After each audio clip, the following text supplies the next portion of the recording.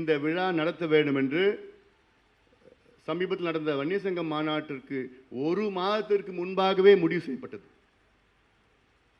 ஒரு மாதத்திற்கு முன்பாகவே. ஏன்னா திடீர்னு நடத்தணும்னு நடத்தலை. 2 மாதங்கள் 2.5 மாதங்களுக்கு முன்பாகவே சரி மாநாடுக்கு பிறகு 21ஆம் தேதி ஜூன் மாதம் நம்முடைய ஐயா ஆணைமுத்து அவர்களுக்கு 100ஆண்டு விழா. அதுக்கு பிறகு அடுத்தடுத்த வேலை திட்டங்கள்லாம் நம்ம திட்டமிட்டு இருந்தோம். இடையில கொஞ்சம் இப்படிலாம் அதெல்லாம் எல்லாம் சரியாயிடும், பார்த்துக்கலாம், எல்லாம் நம்ம பார்க்கலாம். நம்ம நோக்கம் ஐயா அவர்கள் நமக்கு பல பாடங்களை கற்றுக் கொடுத்தார்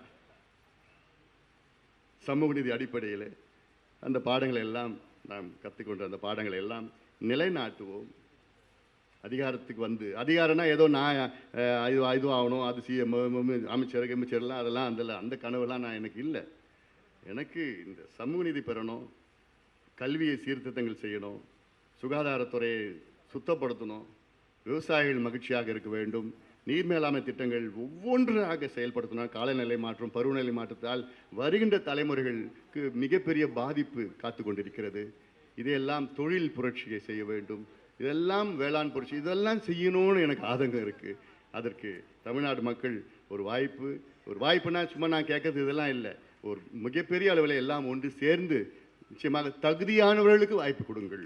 தமிழ்நாடு சமூக நீதி அடித்தளம் மும்மூர்த்திகள். ஆன்மீகத்தில் மும்மூர்த்திகள் இருக்கின்றார்கள். அதே போன்ற சமூக நீதி என்றால் மும்மூர்த்திகள்.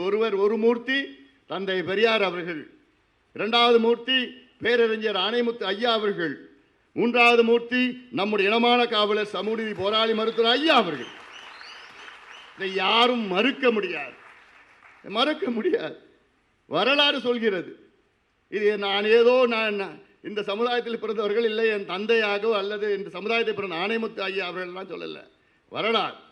ஆணைமுத்து ஐயா அவர்கள் 2வது மூர்த்தி. 3வது மூர்த்தி நம்முடைய இனமான காவலர் சமூக நீதி போராளி மருத்துவர் ஐயா அவர்கள் முக்கியமான மூர்த்தி.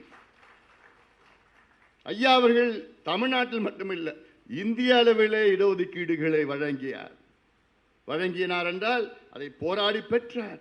இன்று இந்திய வரலாறு இல்லை, உலக வரலாற்றிலே 6 இடஒதுக்கீட்டுகளை பெற்ற எந்த தலைவரும் கிடையாது. ஒரே தலைவர் மருத்துவர் ஐயாவை தவிர வேறு யாரும் கிடையாது.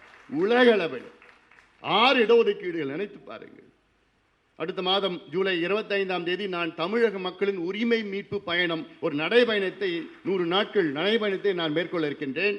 அதில் முதல் உரிமை ரைட் டு சோஷியல் ஜஸ்டிஸ், சமூக நீதிக்கான என்னுடைய உரிமை. அதான் முதல் உரிமை. அது எல்லாமே அடங்கும். அதை நான் இந்த பயணத்தை மேற்கொள்ள இருக்கின்றேன். அதற்கு அறிவித்திருக்கின்றோம். அதற்கு நீங்கள் எல்லோரும் ஆதரவு அளித்து தமிழ்நாடு மக்கள், அனைத்து தரப்பு மக்களும், ஏதோ ஒரு சமுதாயம் பிரச்சனை கிடையாது, ஒரு உரிமை கிடையாது. பெண்களுக்கான உரிமை, விவசாயிகளுக்கான உரிமை, நகர்ப்புற வளர்ச்சிக்கான உரிமை, கல்விக்கான, சுகாதாரம், எல்லாத்துக்கும் உரிமை நமக்கு இருக்கு. அரசியல் சாசனத்தில் நமக்கு பல உரிமைகள் இருக்கு. செய்திகளை உடனுக்குடன் தெரிந்து கொள்ள உடனே சப்ஸ்கிரைப் பண்ணுங்க.